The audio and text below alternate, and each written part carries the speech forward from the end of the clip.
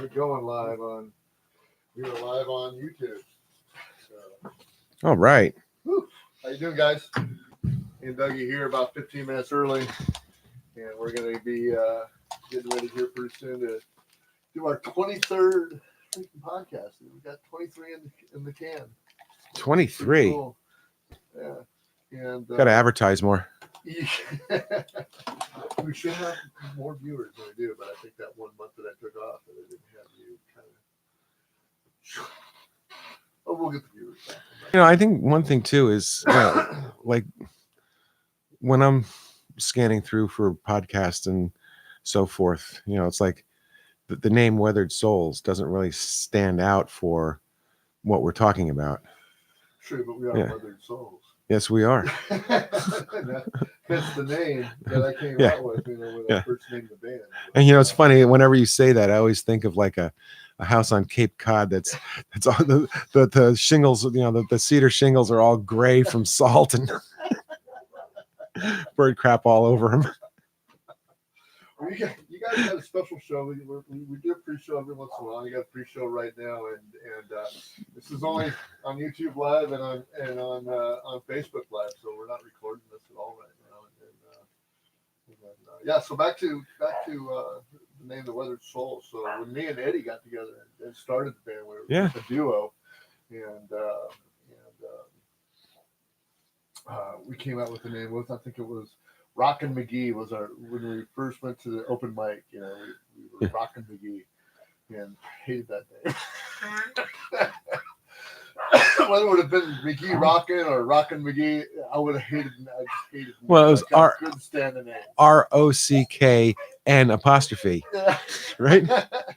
Something like that, but it just didn't matter. I hated the name. So those are my dogs. Those of you guys who know Sassy, she's a psycho. She runs around here barking all the time. It's the woo-woo monster. And then we kind of decided that we were going to kind of get serious about it. And I said, well, okay, if we're going to get serious, we'll need, I was thinking Delusions of Grandeur. We're going to have CDs and albums, and I need to come up with an album cover and a name and everything. And I figured, we're just a couple of old guys playing music. You got the same interests and stuff. And you're like, like Weathered Souls. Been around the block a few times. I've been around the block a few times. So, you've lived some life. You got some wisdom. You're still kind of stupid, and you're learning every day. But that's where I came up with the name for the band. So we decided to be the Weathered Souls. And when I started this podcast, I wanted to actually have the Weathered Soul podcast. I wanted the band to be in a podcast, but the problem is that, as all of you know, that I'm very political. And hey, let's hold that thought where I'm political and the Weathered Souls.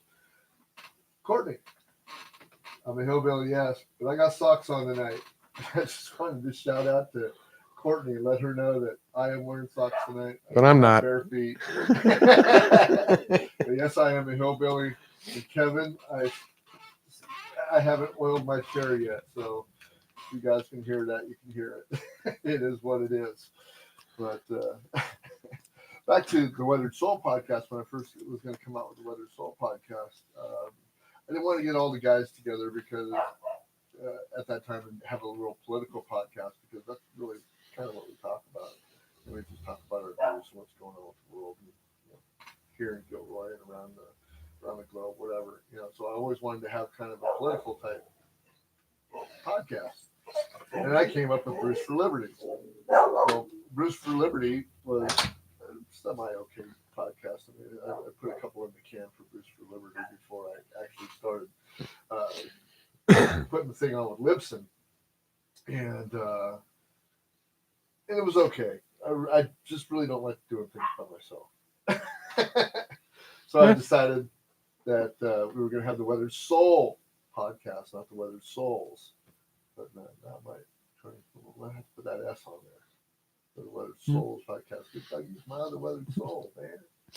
Well, or you could go, Bruce. And that's basically how we got here. So in the first couple of podcasts, we were really political with Tom and a couple other people that I had on. And I was trying to was trying to make it into kind of an info type thing where everybody gets some info off the inside of who I was, where I've been, and where I was going, and how I got there. And then it just kind of steered its way back to I always wanted it to be kind of a regional thing. So yeah, we're doing this thing for South County, Gilroy, Morgan Hill, all that area, and try to do that with you because me and you live in the area. We got kind of we have to live here no matter what goes on, and we've got different political viewpoints, and so do our wives, and so do our kids, and so does everybody else around here. But I like the flavor of it here.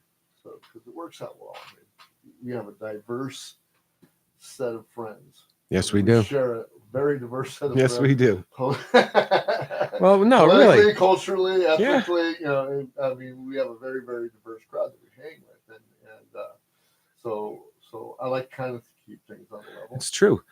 At one of our group gatherings, you see everything from MAGA hats to sundresses with tie dyes. It's pretty freaking cool. But so it's really nice having this podcast going on because I've just been doing this entertainment thing since the '80s when my old partner Ron Platkin were the ones that developed First Note Productions. Started out as a mobile DJ service back in the '80s, doing DJ down in San Jose for dances, high schools, and weddings, and stuff like that. It was pretty cool. I had a good time, and that's kind of what got me the juices started. Doing the music thing. I've always played guitar. I've always sang, but I really didn't get into performing in front of people until probably my 40s, like that. Before I picked up the guitar again after a long absence, did all that. But I kind of I don't even know where I was going with this. I lost my train of thought. But I wanted. That's how I got to where I'm at with this podcast. It's just like this one thing that I decided I wanted to do music. I was loving performing.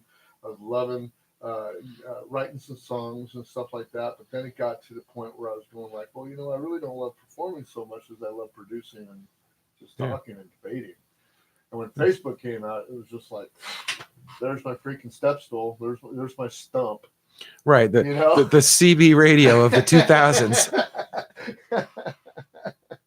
And that started me on the political rant because I started getting more political in my late 40s and stuff like that because hell, I'm getting beat up everywhere, in government and taxes and culture and everything else. I mean, me and you were brought up in a whole different age than what we're living in now.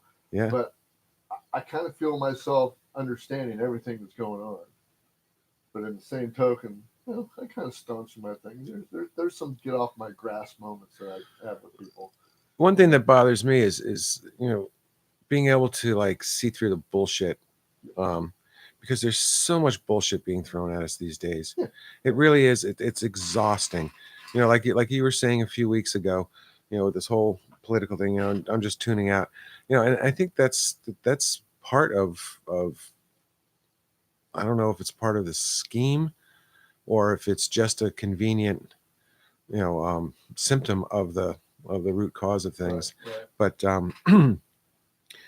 it's true. It's like it's you can watch 12 hours of TV and hear the same thing with the same headlines, with the same people talking, 12 times. It's incredible. And it really is, and any of the whether it's a major news outlet or even a local television show or television newscast, it's the same stuff over and over and over, and it's hard to see through the bullshit. Yeah, and tell you the truth, I've been way tuning out lately. I mean, the more and more I tune out, I've got my podcasts that I listen to, but I cannot watch the news, man. I mean, I get up in the morning to the news, because I wake up, I want to know what the traffic is. I want to know what the weather is. Other than that, I just turn it on. I just tune it out because I don't want to hear it anymore.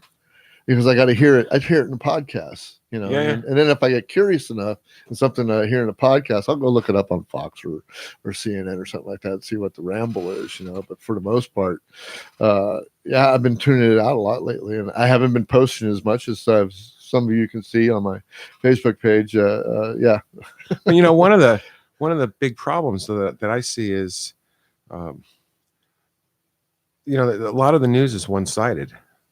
And, you know, you see people like, you see MSNBC interview someone who gets their news from, let's say, Fox or, you know, some other outlet like that.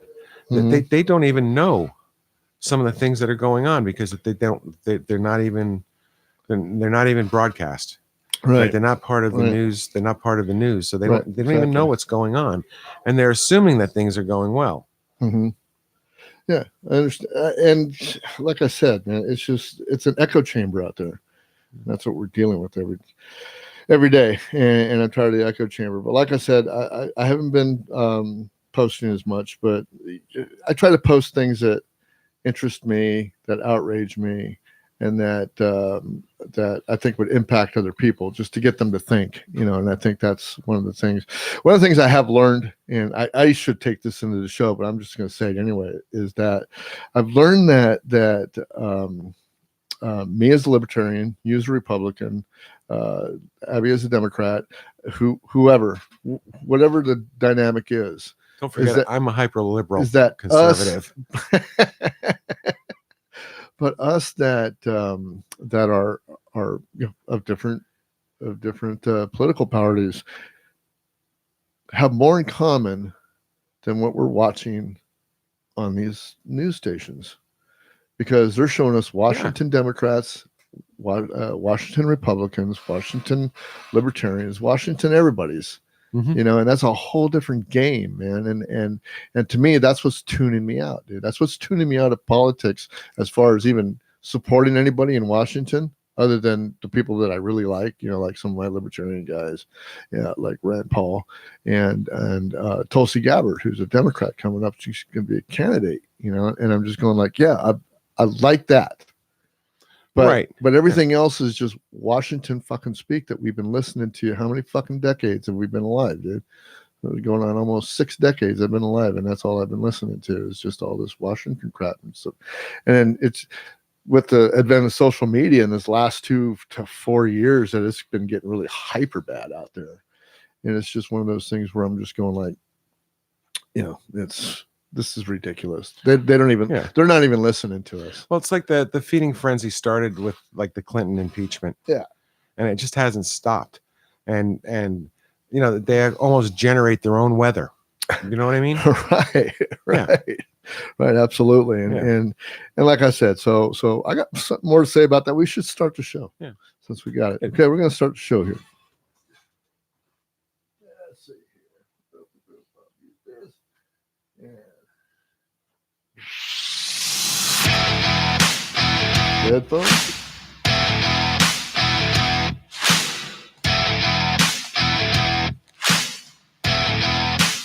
Woohoo!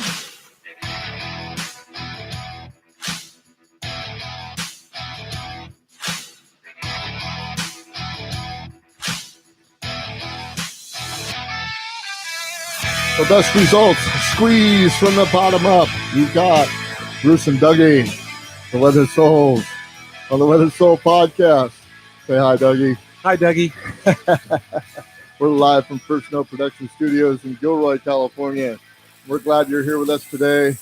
I'm drinking an 805, and Dougie is drinking a Pepsi. And we just had a great pre-show, man. I thought it went pretty good. Yeah. Yeah. We're going to do these pre-shows every once in a while, and I hope it keeps going on. We'll see how it goes. Don't know. If we're in and out of here live, you know, on YouTube, we're live on Facebook right now. And we can catch the podcast at Libsyn.com. So if you just wanted to go to the Weathered Soul podcast.libsyn.com, you can pick up this podcast anytime you want. And and if anybody wants us to have an after show, just send us a message. Well, I'll tell you what. Interesting that you said something about after shows, okay? Because we have a website, Patreon website, where you can go and you can get some content that you will not be able to see anyplace else. Not on Facebook Live, not on YouTube. You're not going to get it through the website. You're going to have to go to patreon.com. And you go to patreon.com/The Weathered Soul Podcast. And what you will be able to find there is what we do in the after show. And, that'll be special content that we talk, and we might get a little bit bluer than we are, during the. Nothing incriminating, though. Nothing very incriminating that's going to get any of us, ganked off. I'm not worried about being deplatformed yet.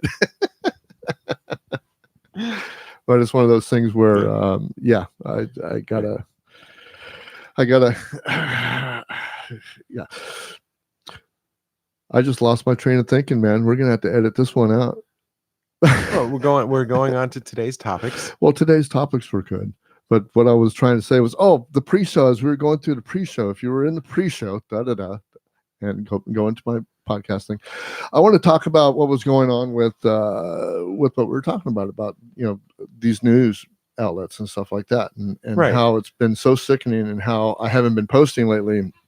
A lot of stuff on Facebook, news-wise, is just because I've been tuning it out. And what I want to do is I want to plug a couple of podcasts that I listen to, and because a lot of what we're talking about that we're seeing out there is there's not a lot of truth in what's going on. I mean, it's all factual based, but in the long run, the facts are so stretched out in different ways. You really don't know what those facts are. They become distorted. They become less truth. Yeah. And less fact. And that's what happens with what's going on. So a couple of podcasts that I listen to, and one of them is going to be the Jason Stapleton podcast. He's going to tell you, he's going to tell you like it is. He's going to give you the truth. He's going to give you facts on the libertarian front. In the Democratic front, or the liberal front, I listen to the Jimmy Dore show. And Jimmy Dore is also a guy who's going to give you truth and facts. He's a comedian, and he's got his finger on the pulse. I mean, he knows a lot of people. He interviews a lot of good guests, and give him a chance at the Jimmy Dore show. And then there's another guy, Dan Bongino, the Dan Bongino show. And yeah, he's a Fox commentator. I understand. He just started with Fox, but the guy tells it like it is from the conservative side, and he's got facts that support him. And you can call it theory, what they call that, conspiracy theorists. But most of the time when he's talking about the conspiracy theorists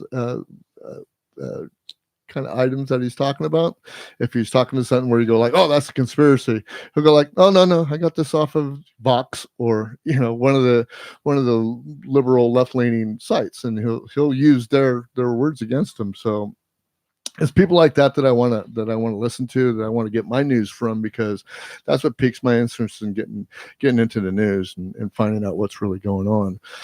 I'm past the collusions thing. I'm past the Trump investigation and stuff like that. I can't hang with that anymore. So I'm done with that. So Dan Bongino has been kind of drifting away from me. I'll pick him up every once in a while if something happened during the day that I heard about it and I want to hear, what his track was. Well, the stuff that's going on in our national politics is very important to our lives, but the way it's being handled is just, I don't know. But when it comes right down to it, the people have the vote. I mean, you can call the Electoral College what it is, whether it works for against Democrats or whether it works for Republicans, whatever. Okay, you still have a vote. Your vote still counts wherever you go. Anybody could have carried any state if they wanted to carry the state. I mean, that's just the way it is. Politics is like that. People just like to hear what they want to hear, and then they vote with what they want to hear most of the time. Some of us, like us, we think about it a little bit too much. I can remember in grade school being taught about gerrymandering and things like that, and not really having an opinion on it because it didn't affect me. Yeah. But when you start manipulating the system so that certain people's votes get discounted or don't count at all, No. then there's something wrong and it needs to be corrected one way or another. Even if it's just, well, let's try this and see how it works, because that's really what we are. I mean, our democracy is an experiment. No. That's why, things that like are happening now are happening because there's no way to predict every possible outcome, right? So you got to roll the dice, and they're gonna, that's chance every time, every time, right? And sometimes you learn, sometimes you don't learn, but you still got to roll those dice. It's interesting that you brought that up, man, because sometimes you need change, sometimes you don't need change. Right. I'm just drawing blanks today for some reason. I have no idea why I can't go forward with this conversation. Anyway, I just wanted to say that. That's good. Man, I'm just off of it, because what I had some other things in mind to talk about. And we definitely want to talk about the oil tankers. Well, yeah, we definitely want to talk about the oil tankers. That's one of the things that WMDs out there. Hey guys, don't buy it. I mean, I heard about the oil tanker. I think it was yesterday, right? Was it yesterday? It wasn't this morning. Anyway, I think it was this early. I think it was early this morning. Okay, wow. I woke up to it early this morning. Okay, so and then I'm looking at this picture in Fox News and CNN. I saw the same picture. They got this oil tanker out there in the middle of the ocean. It looks like it's burnt to hell all on one side of the boat, and fire coming out of the middle of it. But what I fail to see, if this is an oil tanker, okay, well, why isn't there an oil slick? So I want to know what's burning, because it's got to be either fuel coming out or something like that. But if it's got a leak, then oil is going to be gushing out. You got to look at more pictures, I think. Yeah, I haven't seen anything but this picture, and I saw a small video. I saw a small video this morning. I saw a satellite picture earlier that showed something shiny in the water. Well, I don't see it by evidence of this picture here. No, if you look closely, you might see something that looks like the wake of the boat behind it. Yeah, a little bit. And it's actually this one's sitting still. So like I said, anything that happens out there that I can't see for myself or get other information except for Fox News or whatever we're getting it into, is that the fact that you can't believe it. I mean, we were told for before we went and invaded Baghdad or Iraq, that Saddam had WMDs, and we found out that was a lie. So here's another thing that we're doing again. Is this for real? I mean, I don't like being a conspiracy guy at all, and I'm loving to see if I hear the commentaries from the podcast that I listen to. And I just don't believe it, man. I have a hard time believing pictures that I see anymore, or just even anything that's coming out of Fox News. Like I said, it's been real bad, and I think I'm gonna have a better web page for it. So hey, if you wanted to join me over at my webpage for Facebook, you can go to @Bruce the Weathered Soul, and that'll take you to the Weathered Soul podcast page, where you can pick up this podcast and you can pick up some comments that I make. I'm welcome to any kind of comments you guys want to make. It'd be great. I'd love to get your email too. You can email me at brucetheweatheredsoul@gmail.com. One of these days, I think Dougie might be able to get an email address that he can share with you, and then maybe you guys want to email him, and then we can answer any questions that you got. And like I said, but I'm on Facebook too, but don't bother, I won't answer. I'm feeling like I'm at dinner with you, and then you're just going like, I'm looking, here we go. Oh yeah. Oh, you're dad, I'm the kid. That's too funny. What I want to talk about, though, again, too, is some of the stuff that's going on in the United States. And I'm always interested to what's going on with other states, especially because of the housing situation that we have here in California and the price of homes and stuff that are going on. It's outrageous here. I mean, it is. It's kind of leveled out, but I mean, still, it's pretty high. I'm seeing, making 150% on this home right now if I was to sell it. And I bought it 10 years ago. But a lot of that is driving an exodus out of California again. Yes, this is true. And I think, what was the last exodus we had to Colorado? Right, that was the big thing, to go into Colorado, and I think we're losing a lot of people to Texas. A lot of people are going to Texas because of the cost of living, and I'm not sure if politics has to do with anything. I think finances, drive people a little bit more than their politics and stuff, because I can probably live anywhere, and I always thought that I was going like, I want to move out of here too. I want to get out of here and take my winnings and run, but then again, I'm going like, and I lose this. I mean, California, as bad as it is politically, is beautiful. So yeah, well, there's a lot of stuff. It depends on the economy. If for some reason, some act of God, all of a sudden Google decides to build a 4 million square foot office building down on one of the garlic farms across from Costco. Yeah, we're all gonna be sitting on $3 million pieces of property. Yeah, exactly. So we're kind of going like, oh, that'd be nice. But if all of a sudden Google says, guess what, we're moving to Vancouver, then we're gonna be going, huh?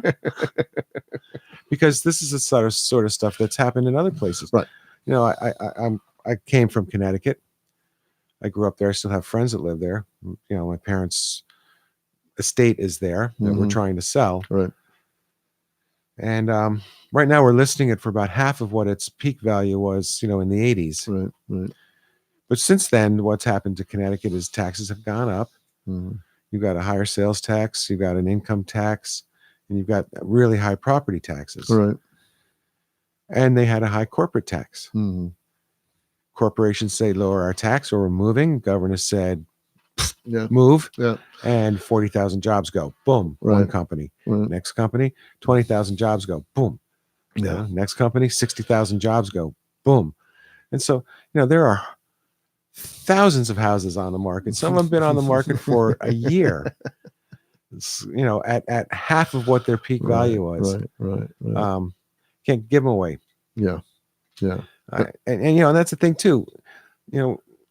Think about picking up just say a $500,000 mortgage, whatever. You're gonna put down 10, 20%, whatever. So you have a regular mortgage payment, and then adding another $1,000 a month on top of that for property tax. Right. It's amazing. It's going to be like that here, because what I'm afraid of here is that they're going to take away the Proposition 13, which you can argue whether it's good or bad. With the I guess what do they call it? They're controlling the property tax. Yeah. Well, I don't have Prop 13. Yeah. You don't have Prop 13? My taxes go up every year. Well, yeah. Well, our taxes go up every year, but I mean, there's a shelf, I think, that they can't get to. I'm not sure what Prop 13 all involves, but I do know it meant by saving, the value of your house can. Yeah. Well, Prop 13. But you elect those taxes to go up. I mean, so the last property tax hike that we got was the generous people at Gilroy decided that they wanted to give another penny of their property tax to some. I don't remember what it was. I think it was schools this time. Another school initiative. They're going to get it somehow. Well, I would have voted yes for that. I don't know. I don't vote yes for any taxes. So it's just back then I would have. Now I vote no on everything. Yeah, I vote no on all my taxes and stuff like that, just because of the fact that they haven't proven that they can use them correctly. So yeah, but back to the property thing. I mean, there's the people have always exited California when either the housing prices get too high, or whether we're in a recession and tech was low. That was the time when we lost a lot of people to Colorado. I think right now they're getting split, like going up to Oregon and Washington and Texas, but more in Texas than I've been hearing.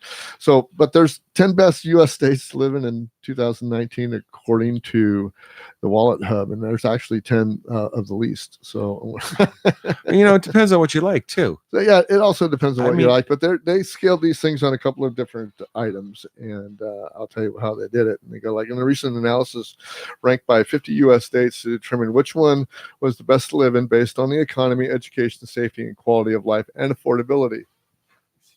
Excuse me. The report by Wallet Hub named Massachusetts as the best state to live in, and the state ranked second for the economy and education and health. And Massachusetts also took the number 3 spot of quality of life and 4th on the safety, but was toward the bottom of the list, 43rd for affordability. So it was pretty, expensive to live there. But Massachusetts has turned around quite a bit. Yeah. Do they still have the Romney Care thing going on? Yeah. Yeah. And they also legalized pot. Yeah. Okay. Yeah. So do you know anything about the Romney Care thing going on over there? How does it differ from Obamacare? Yeah, it wasn't there when I lived there. Oh, wasn't I lived in Massachusetts for about 2 years. Oh, okay. And it's a different way of doing things. It's different than Connecticut right next door where I grew up. If anybody knows anything about the Massachusetts thing, email me. But I think most people like it, and I'm not sure how it works. Yeah, I'm not sure how it works either. I'm gonna have to look into that because I do have my ideas about what's going on with the universal health care or whatever they want to call it. And Massachusetts has its little it's like its financial circle, and then it's got its high tech circle. Right. And it's got agriculture. Yeah, everybody's got a little high tech incubator and agriculture for most of the part, except for some of the, like I don't think Arizona or New Mexico have much of an agriculture thing, but it all depends. Arizona used to have a lot of cotton, but that's probably going away because it takes so much water. Yeah. Well, Minnesota, New Hampshire, New Jersey, Colorado made the top 5, respectively. Wisconsin, Virginia, Iowa, Utah, and Idaho rounded out the top 10. So a whole bunch of Midwest places that got. Well, that depends on what you're rating it on. Yeah, Mississippi came in dead last, and then that was followed by Louisiana, New Mexico, Arkansas, Alabama. They were all towards the bottom. The states had the lowest housing costs were Iowa, Nebraska, North Dakota, South Dakota, Kansas, respectively, and the highest costs included California, Hawaii, New York, Oregon, and Florida. The states with the lowest crime rates were Maine, Vermont, New Hampshire, New Jersey, and Idaho. New Jersey, that surprises me. Yeah. Well, by the news, you would think New Jersey was like a war zone. Well, no, just Newark and Perth Amboy, and, what they call the armpit. The states with the highest crime rates were Arkansas, Tennessee, Louisiana, and New Mexico. And White Hub determined its findings by studying the state's 5 key dimensions: affordability, economy, education, health, quality of life, and safety. And the company evaluated those dimensions using the 51 relevant metrics, which included the state's median home price, property taxes, unemployment rate, economic confidence index, income growth, and the state's graduation, crime, and obesity rates. So now we're no, it's interesting how they get their. It's interesting metrics, yeah. Yeah, it's interesting how they get their metrics, but I look at these all the time because I always go like I look at the 10 states. I go in immediately and go look at the 10 states. What does the state have? And who publishes that? This was actually it was from Fox Finance News. Kathleen Joyce. It was on a website called it was on the AT&T website, so that's where I got this. Okay, then we'll have to find out how much property they own in each one of those states and how they rated them. Yeah, well, it's got to be. That better be relative. Give me 5 minutes. I'll find a conspiracy. I hear you, but like I've always had that fantasy. I thought I was going to go back to Texas. I lived in Texas for 4 years and came back here when I was very young, and not very young, but just out of the service. And now that I was getting I felt like I was getting pinched here, but I live in the Silicon Valley. Frankly, I've got a great job and things are going okay. So as long as that's going okay, I really don't have any delusions of moving anywhere other than California. But if it was, I would be looking at something where I would be just doing a heavy reading into and research into where I was going to go, because I've never been out of California other than Texas to live anywhere. So well, I was a child in New York. Did my growing up in Connecticut, right? About 4.5 years in Arizona for college, Right. And about 2.5 years in Massachusetts for a job, and California for 22 S- something years Okay, now. so how did you, an East Coast man, get out here? How do you get out here? Okay. It's 'Cause I'm here. it's the winter, and I've got a tech support job that is a remote. I'm a remote tech support agent, and when customers call, I've got to go. Okay, so usually I lived in Hartford, and near Hartford, lived in Wethersfield near Hartford, and it's maybe 20-30 minute drive to the airport, and I try to catch an early flight because I want to get a full day in. So 17 times in one winter, I was out shoveling more than 6 inches of snow off of the driveway so that I could get out to get to work at like 3 o'clock in the morning to get a 6 o'clock flight. Right. And the next summer came and went. It was late, I think August. I'm in Massachusetts, working right on Route 1, right where the marathon goes through, and everyone's talking about marathon coming and all that stuff, right? And anyway, my boss calls me up and says I need somebody in California really, really bad. So I called Ab, my wife, or girlfriend at the time, and said, "You want to go to California with me?" She said, "Sure." So I called the boss and said, "Okay, we can do it." We were out here in by October, and been here ever since. That's a great story. Yeah. So I got my move paid for, and I got a little, I got all the moving expenses paid for, and a little bit of money to last a few weeks to try to find a place to live. And then, that was the thing, trying to find an apartment. I was like, we had no idea. We had no idea. My whole life, I lived in Arizona. It's like, I need an apartment tomorrow. Okay, well, let's drive down the road. There's an apartment place. It looks nice. Drive in. I need an apartment. Okay, fine. Sign the lease. Boom, done. Here it was like, got an apartment? No. Got an apartment? No. Got an apartment? Yeah, sure. $8,000 a day. No.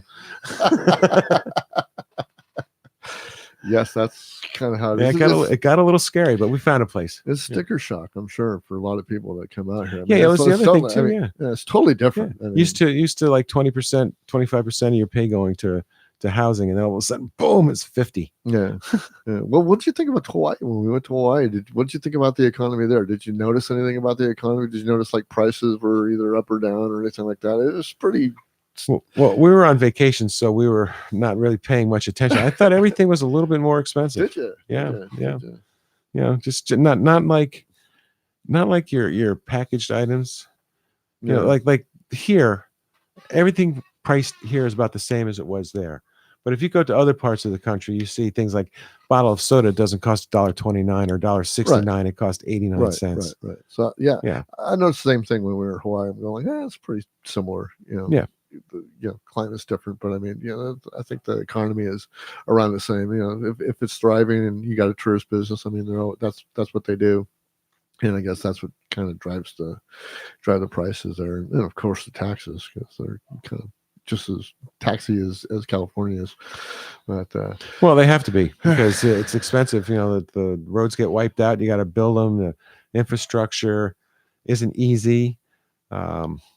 You have to have generator plants and water purification plants and sewage plants on, each of those little tiny islands, and each of the towns in each of those islands and all that. So right. What was surprising is that I heard that we weren't at the Big Island, so we were in Kauai, but I hear there's a homeless problem in on the Big Island, and I didn't see, I have come across homeless people in Kauai, but they were always basket weaving or doing something to put money in their pockets. I never saw. Yeah, they had at least a car, something to sleep in. I never saw. Yeah, where they were, whether they were sleeping in their car, whether there was a tent. I never saw like a tent city like you see out here in California. No. Yeah, not at all. And but I know they have a homeless problem, but we have a big homeless problem here, and it's raising some concerns. And I was listening to Jason Stapleton the other day, and he goes, "There's 3 types of homeless, and it's one of them is not so much you make choices, but then again you have a choice to get out of what you're into, but it's harder once you get into that homeless stigma to get yourself back out of it. But he says there's three types of people that are homeless. There's the ones that are just so mentally ill that they're just out on the street. They're, unless the state is going to come and take them in and try to take that to be taken care of. They're surviving like animals. They're surviving. It would be like Anthony just being shoved out the door. That's what it would be. Right. It would be just like that. And so something would have to take care of him. So I don't understand. Well, because Anthony's with me and his parent, as his parents and his conservator, he's protected. We protected from him. He gets his SSI stuff, subsistence from the government. And then, but other than that, if he didn't have me or anybody else, he would just be out just like these other people. Right, trying to live off of that SSI. Yeah, if he even knew how to manage it. If he knew exactly. And so it'd be piling up, or it would be stolen from him, or whatever. Yeah.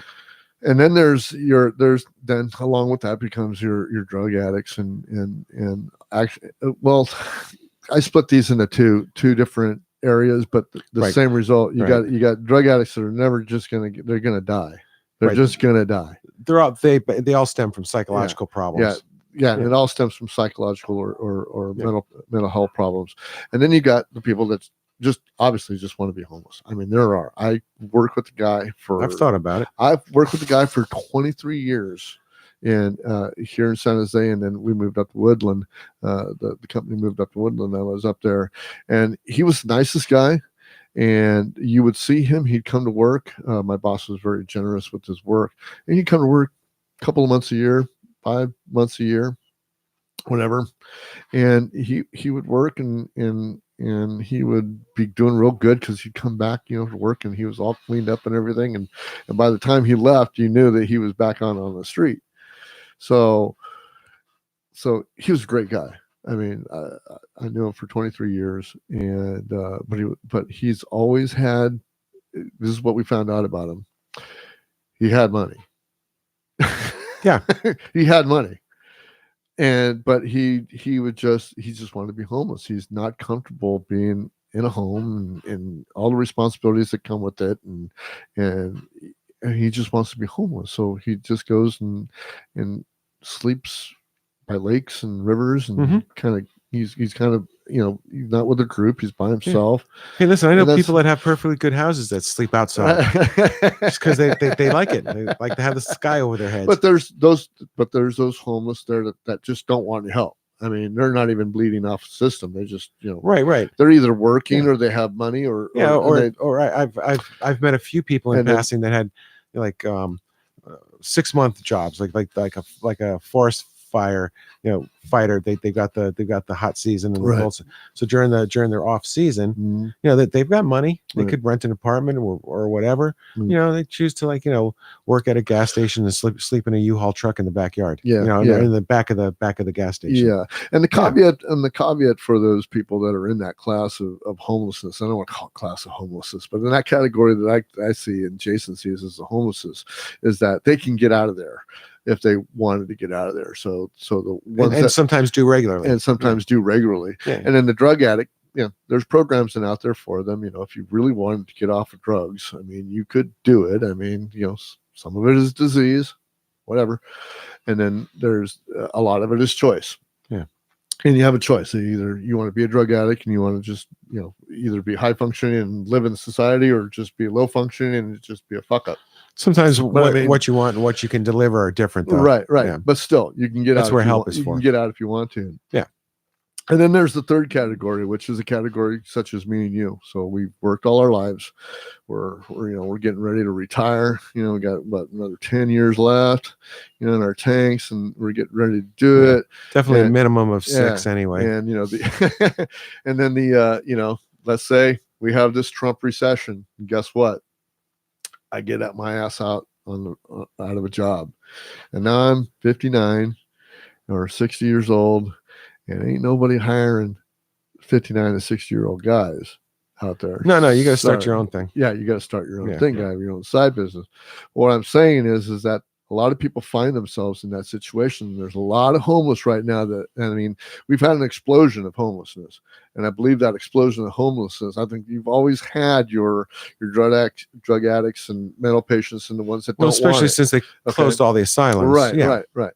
So that part is a pretty stable environment as far as growth. I mean, I can't see it growing more than Right. It migrates around, but it migrates around, but it doesn't grow. Yeah. It doesn't Because grow.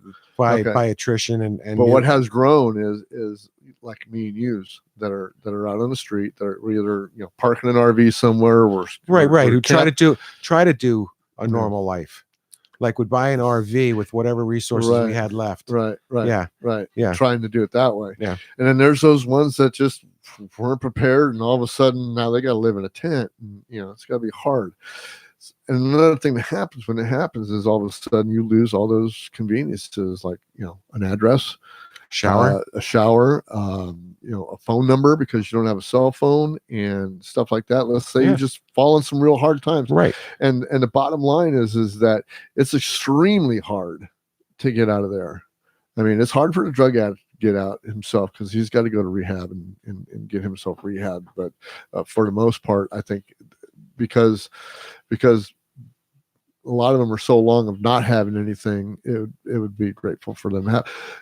To make a long story short, I think it's just harder for us, the ones that could fall into just like that, if you don't have any planning, if you don't have any back money. Yeah, well, like definitely can't. You definitely can't like pick up your career if you don't have a phone, right, a shower, exactly, a shave. Exactly. You try to go in for an interview, a professional job, and you haven't done laundry, you haven't bathed, you lost your car, car, so now you're on transit. You can't. I got to get there too, and I'm working a lot of extra stress. I'm working at this low wage job because that's all I can get right now. Well, even if you have that, right? If you have that, or that's where you have to start again.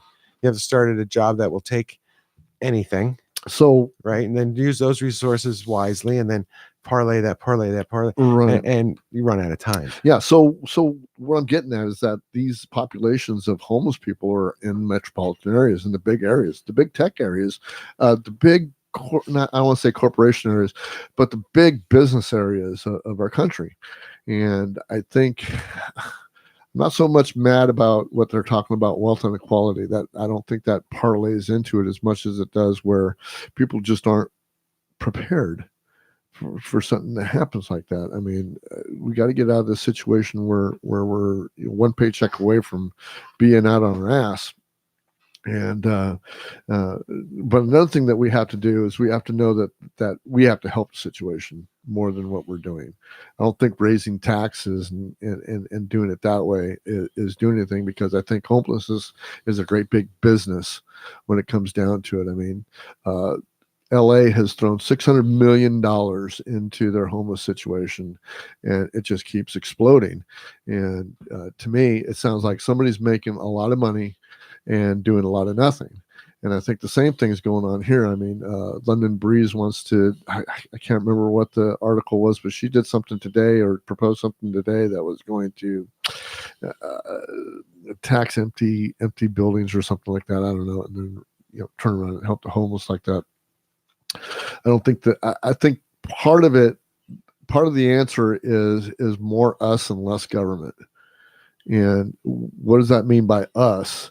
I think what happened in Los Angeles is going to tell you why I don't think government is the right way. Now, there's this guy in Los Angeles, and I was listening to Jason Staples' show again. I don't remember the guy's name, but he saw what was going on in the homeless situation and the tent cities that are down the streets of Inglewood, just right outside of Inglewood.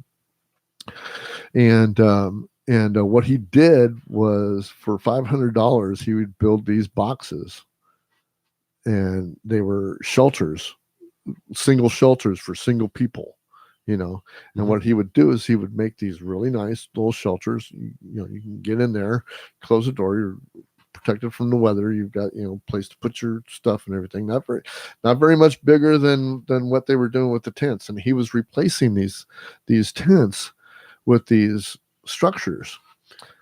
Well, can I say, yeah, one of my jobs was installing printing equipment, and the printing equipment came in fairly large boxes. The smallest crate was big enough to be converted into something like a security guard kiosk, something you could put a chair in, Right. a little shelf, and a telephone and a light. Hmm. The largest one was large enough for 4 people to sleep in and stand. Okay. And, I used to try to give these boxes away, Mm. like to people who have motorcycles. Look, there's a shed for your motorcycles in the winter. Just put some tar paper on the top of it. You're all set. It's got a huge door. It's got hinges. It's got ramps.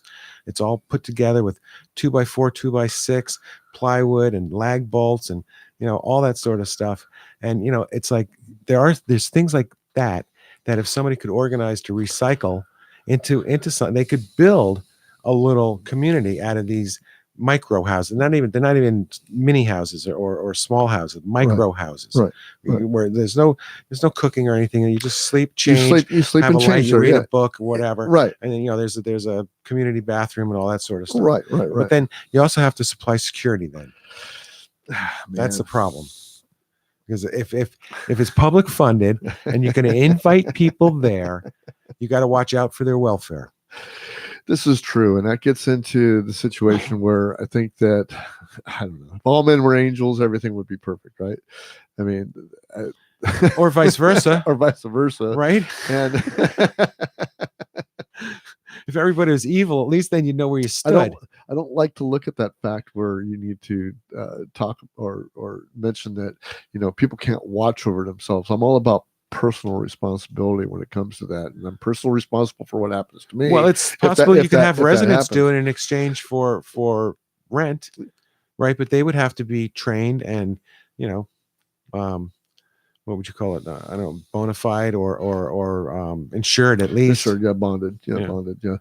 Well, here's the situation. So this guy was making these little shelters, and he was replacing the tents that they had down these streets, at least with something that was a little bit more appealing for, number one, me and you to look at because we have to drive down the street, and number two, something that looks a little nicer for somebody who's just living in a freaking tent. A little more substantial. A little more substantial. You're out, don't have to worry about the rain and stuff like that. Well, city didn't like it. City of Los Angeles did not like it. Or actually the county. They probably thinking it makes it too easy and it'll encourage. And so now they're starting to tear this thing down. And they have no other, they want to spend another, I think it was $1 billion or $2 billion, can't remember, that they want to throw at whatever bureaucracy that they've got that's controlling the homeless population or what's not controlling the homeless population and doing that. And they are taking this guy's stuff off the street. And this $1 billion bureaucracy is going to what? Build condos for these people? No, it's not going to happen because right. Right. we have an unemployment department, and believe it or not, even a homeless person can walk in there and say, "Help me find a job." Right. Yeah. And I understand that. And I think a lot of these people that are in the situation that we could be in know that. I mean, they're going to make a way to find a way out of homelessness. Whether it doesn't take long to drift into there, because I've been very, very close. I've been very close to being homeless, and it's freaking scary thinking about, at the time I was fucking up. So, I mean, well, it's like one mortgage payment away, man. Yeah. Right. Well, thank God I'm not one mortgage payment away anymore. But it could be. Yeah. It could be. Yeah. I mean, it'd take a while, but yeah. Or if you're a renter, 1 month's rent. Yeah, 1 month's rent, you're done. But I've been there too. So, I mean, I understand. And I got a heart for it. I think I've always had a heart for homelessness and puppy dogs and kittens and stuff like that. So it's kind of one of those things that are kind of close to my heart. But another thing is that Dr. Drew Pinsky was talking about what's going on in LA is even probably worse and resultant of what's going on with the homeless situation. And what he was saying was, we have a complete breakdown of the basic need for civilization in Los Angeles right now. We have 3 prongs of airborne disease. Tuberculosis is exploding and rodent-borne. And we're the only one of the cities in the country that doesn't have a rodent control program, and the sanitation system has broke down. And Pinsky's comments followed the news that Los Angeles police officer had contracted typhoid fever, and a rare life-threatening illness that fewer than 350 Americans get each year. And you can say a lot of things about. Oh, excuse me. One more thing. Los Angeles had a typhus outbreak last summer, which likely have another this summer. And Penske said, meanwhile, bubonic plague, a pandemic that killed tens of millions of people during the 14th century, is likely already present because of the rat population and what's going on over Yeah, there. well, fleas. And the fleas. Fleas, yeah. Yeah, right. It's fleas off of rats. Yeah. Once that that virus Squirrels and stuff learned like how that. to You know, they all get the transfer rat. into insects, it was all done. Right. And so that's one of the things that happens with these situations where you have no sanitation, Yes. where people are gathering. You've got no solution on where to put them, but they're not going anywhere. And once you kick them out of one place, you're going to knock down another one of their shanty towns in 2 or 3 weeks at another place. And then this vicious circle keeps going round and round and round. And so where's all this money that we're spending on the homeless population going? I mean, it doesn't make to the cops that are chasing them around. and it doesn't make sense to keep throwing money at a problem you're never going to fix, as far as throwing government money at it, because I don't think the government knows how to spend the money that they're either being taxed. Oh, and they've done so many things. And believe me, and what was it? I think at one time it was in the news. Phoenix was giving bus tickets and like $50 to any homeless person that wanted to go to LA or something. That's what I heard. That's classic. But I mean, the whole thing is that, you know, we always hear that we don't have enough money for this, we don't have enough money for that, blah blah blah, this and that, you know. Right. But Republicans are all about borrow and spend, and then, you know, Democrats are tax and spend. So I mean, you've got both evils down there running the same program, and it's just it's this vicious circle that's going on. And I think somebody in the private sector, like this guy that was making these shelters, is the right thing to do. If he got somebody behind him and some funding of some of that $600 million that are coming in, or the $1 billion that they want to send, he can get from, you know, being $500 a unit down to maybe $150 a unit, and have these things pumped out there for these people, and let's set them up someplace. I mean, come on, every city has got empty lots. Okay. And he said, we have to have security. Okay. Hey, post a couple cops over there. I don't have a problem with that. Right. I mean, the cops need something to do anyway, except for prowling around, making sure that we're doing the right thing, you know, so let them do something, let them earn, you know, I don't want to say let them earn their keep, but I mean, let them go do something. You know? Well, yeah, let the department do its job. Let the department do its job. And then sanitation. I mean, come on, we could put some sanitation. You could put some porta potties, or whatever. You can get a bathroom out there. Right. You could somewhat. You could build a cheap structure like at a park. You know, where you have you know, 5 or 6 male, 5 or 6 female stores, and a couple of urinals, and 2 showers or 4 showers or something. Right. I don't know about the regulations or the laws or anything, rules that govern it. I don't have all the answers or anything like that, but I think that there's more that we can do with those dollars that are going out, besides telling people that we need more money.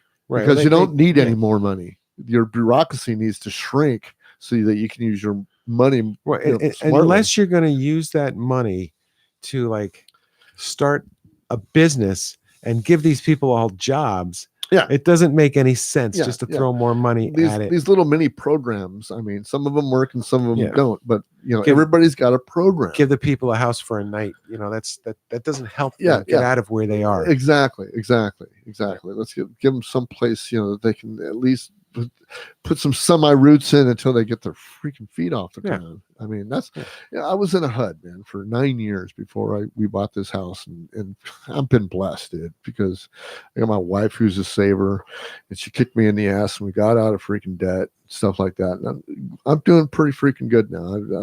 I'm pretty comfortable, but it started out as starting in a HUD. And I saw ad in the paper, and you know, I was just getting off my addiction and getting clean and stuff, and I just wanted to do it. I wanted to get going.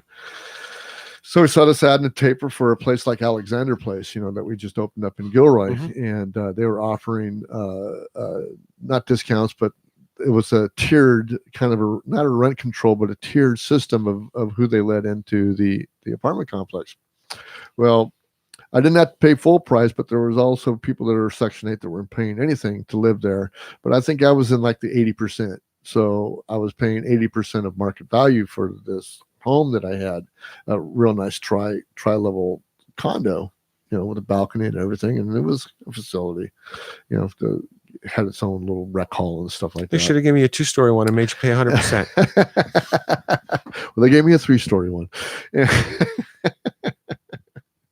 And we lived there for 9 years. And in that 9 years, we were able to get ourselves financially straight. Took a couple slaps in the face, bankruptcy, a lot of freaking crying, a lot of paying back bills and stuff like that, and playing the bank, whittling down the debt, playing the bank, nicey game, and now, I've got the dream FICA score and all that other crap that you're supposed to have when you're semi-successful. But I have HUD to thank for that. And I always knew that was what we wanted to do, because Tracy was still telling me, you move me again and we are going to buy a house. So I think that was the drive. And I think what we have to do, if we're going to have any rules for getting yourself off the ground, we do have to come up with a time limit on what that's going to take. And it differs, but there's got to be a maximum time limit of how long it's going to take you to get your feet off the ground and do something. But as they're doing that, we got to take away a lot of the regulations that deregulate them from going to do stuff that you can do. It's like, it costs me at least $800. I got to pay my fee for my license, so it's going to cost me almost $1,000 a year to keep my business license up in my LLC for the business. I mean, that's real money that you have to spend every year. Yeah. And for somebody that's trying to get out of homelessness, but they're a barber, or they're got some kind of a skill that they can sell themselves. Right. Now all of a sudden you need a license, you need this and that, and let me tell you, it costs money. And I think if we start cutting those regulations off a little bit, not all of it, because they want to keep their hands on us. The fees aren't so bad, but the damn insurance that you need, or the bonding. That too. I mean, but still, it's a lot of money. We got to ease up the regulations because of that, because I think that's what's caused. I'm not thinking it's not what causes homelessness, but it holds people that are entrepreneurs back. And then once you're homeless, okay, you're vulnerable. I mean, I don't care. You can go into a business, and they can tell, your boss can tell, well, this guy's a loser, this guy's just trying to make it up, and there's people out there that'll take advantage of you and go like, okay, yeah, I'll pay you, $15 an hour for a $30 an hour job. And you're going to take $15 an hour because you want $15 an hour right now. It's a $15 an hour is better than no dollars an hour. And that's the way most of the manual labor is around here. Yeah, and I think if you find yourself where you're in a situation where you can contract yourself, and I truly believe that contracting yourself is the way of the future for the employee. I think this being hired as an employee of a big company is not going to work anymore, and I still think it's going to grab some muster here probably within the next 10 years. Well, there's some employers that like that too. Yeah, because they're not responsible for your benefits and stuff like that. Right. But at the same token, I think when you're coming out of homelessness, when you're coming out of a hard time, I think if you're working hard, and you deserve that. You have to have that. I mean, I started this business. I'm doing okay. I've been working and stuff like that. Yeah, it's cost me that much to get into the business and have my business license and an LLC for the liability portion. I mean, it's either that or business insurance, and I really don't need that yet. I'm not doing anything on a big scale yet. And I'm doing this podcast. If it hurts anybody, then you can have my microphone. That's what you're gonna get. Yeah. That's what I was gonna say. Yeah, you can have my microphone if you want it. I was gonna say, you just ignore the liability. It's like, what liability? But for the homeless situation, I really think that we've got to work as a community more than we have to work as a government, and that means them either cutting it out or guaranteeing us that these dollars are going to go somewhere that we can see what's happening. So for as much money as we're spending, it's exploding. And that doesn't make sense. It's the same thing with the school. The same thing with the school. We pay more school time, almost everything. You pay more and nothing's happening. Yeah. And we got to stop that. Yeah. So, guys, when you go to the polls in 2020, be thinking about those important things, man. Don't think about bullshit you hear on freaking TV, because that's 100% freaking bullshit. And think about those important things that are happening in your community, and then act on it, and ask yourself if your government is doing what it needs to do to curb that. And if it's not, well, don't give them any more money, but search for other ways that you can help out. And one of the ways we're going to help out is we're going to help out St. Joseph's Family Center here in Gilroy at my Night in the Garden. Don't burn your wiener. That's coming up on that is coming up on August 10th. And you can go to eventbrite.com and you can put in Night in the Garden. It'll take you to the event page and you can sign up. It's a free event. All I want you to do is to come out and give some non-perishable food. You can write me a check. You can put some freaking money in the envelope. It's all going to St. Joseph's Family Center. They are a family center here in Gilroy, and they do tremendous work. I mean, They really do. They do. Really do. Let me tell you, if there's anything that are taking care of the families that need, the homeless and all that, I mean, St. Joseph's Family Center is doing it. I mean, they are like number one around here. And I would not give my money to anybody else who was going to do anything with the homeless. There are a couple of things that are going to be going on here, and I promised my friend Kathy Marie Cook, who is part of Cook and Fenny, who is going to be opening for the Night in the Garden for Alzheimer's, which is sold out. We sold it out, man. Right on. It's my That's first great sellout, news. and I'm like, woo, yeah! I'm freaking pumped up now. So, but Cook and Fenny are going to be opening up for the third year in a row, and they have a couple of gigs, and right now they are playing at Mamma Mia's over in Morgan Hill. And if you're here live, you can turn around, go to Mamma Mia's and go see Cook and Fenny. But then on Friday, they're going to be at the Milius here in Gilroy. And on Saturday, they're going to be at P&V Winery, which I don't know what P&V stands for, but okay. But P&V Winery, they're going to be there. And on Sunday, they're going to be at Satori Vineyards over up of Buena Vista and Gilroy. And so that's Father's Day out there. And I'm going to be golfing on Father's Day. I'm going to be in Alameda. All right. Yeah, I love it. I haven't golfed in a while. And then Tuesday on the 16th or on the 18th, next Tuesday, they're going to be at Little Lou's Barbecue down in Campbell. So go catch them, Cook and Fenny. They're a great duo, or they're a great band. They got 3 people in the band, sometimes 4, and you can go see them any of those places. Also, we have a couple of other different things going on. We got Sarah's Friday Night Music. It's a winery I belong to, is Sarah's Winery. They got a Friday night music series that starts at 6:30 to 8:30, and you can get that at Sarah's Winery. And then Blue House, who's going to be headlining the Night in the Garden for Alzheimer's, is going to be at the Milius restaurant on Saturday, June 15th. The Milius, man, they have a lot of different things going on. And then on Friday night, they're going to be at the Cellar Door, and the Cellar Door is down there in up in Pleasanton. So if you guys are up there in Pleasanton listening to me, Blue House on the Cellar Door, and that starts at 8:30 to 11:30. So these 2 girls rock. I'm telling you. Amy and Marlies. If you haven't seen them, you got to see them. They are a fantastic band. What are we looking for this time, dude? About 10 minutes. Yeah, we're about almost there. But so I don't have much more to say, because that's kind of where I was with the day. I think that's where we're at. So we're gonna cut it off.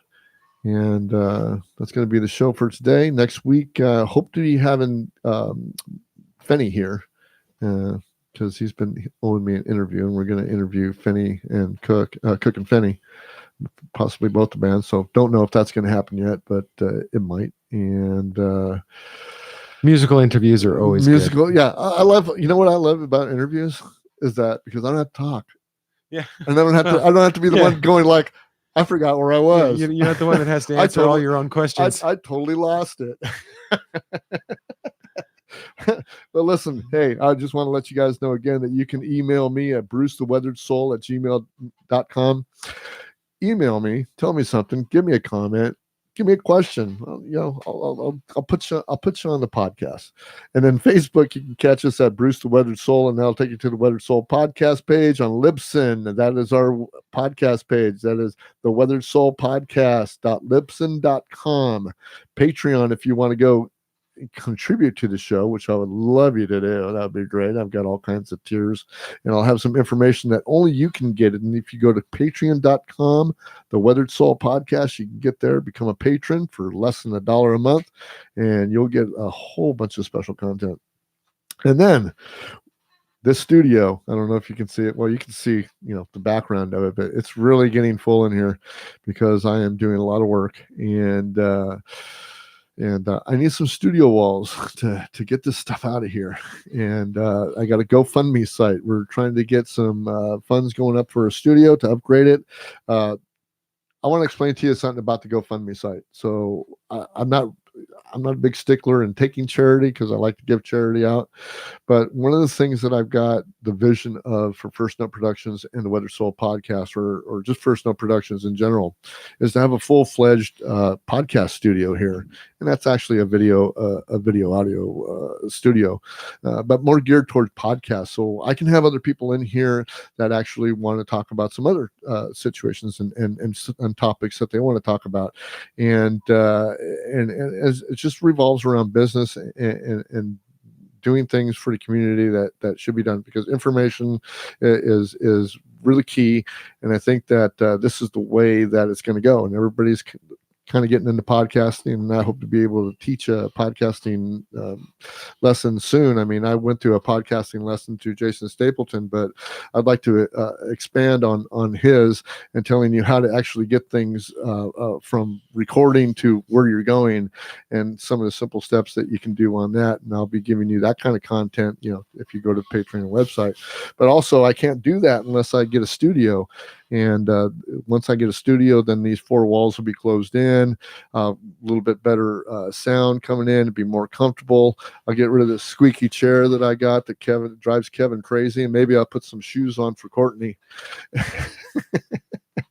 But you won't be buying those. Any money that I get from the GoFundMe site, which is the Weathered Soul Studio Upgrade. If you just put in Weathered Soul Studio Upgrade at GoFundMe.com, it'll take you straight there.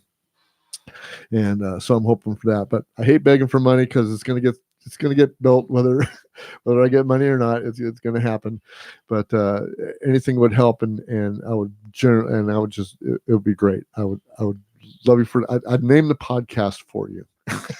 Hey, I've got a couple extra 2x4s laying around the house. You want me to drop them off? You can do that. Right on. But Dougie and Abby have already helped with my stage, so I did buy some stuff for the stage that's being built up, and that's going to be exciting, man. I got a stage going in the backyard.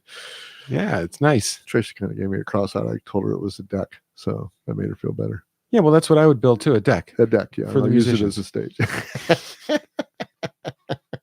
But the garden is always getting better and better and better. And the last Night in the Garden concert this year is going to be the Goodbye Summer concert. And that's going to have Michael Gaither and his new best friends. And that one is on September 21st. That is a pay show. It's $20 a head to get in. You can go to eventbrite.com and type in Night in the Garden, and you can get to that site also. I don't think tickets are ready yet, but just keep in mind that show is coming on. And you can get this podcast on Stitcher. You can get this podcast on iTunes, Google Play, and all your popular podcast freaking catchers. And I got nothing more to say, man. I'm about out of here. What about you? Well, September 21st is actually, the Yeah. end of summer. No, I mean, the end of summer, right? Yeah. Yeah. July 21st or June 21st to September 24th. Exactly. Yeah. Exactly. Yeah. So you guys it's actually on the right day. See you guys on Facebook Live. We'll see you later. Thanks, guys. You guys over on YouTube. We'll see you guys later. Oh, got anything else to say? Nothing that's that important. For best results, squeeze from the bottom up. Right on. Oh.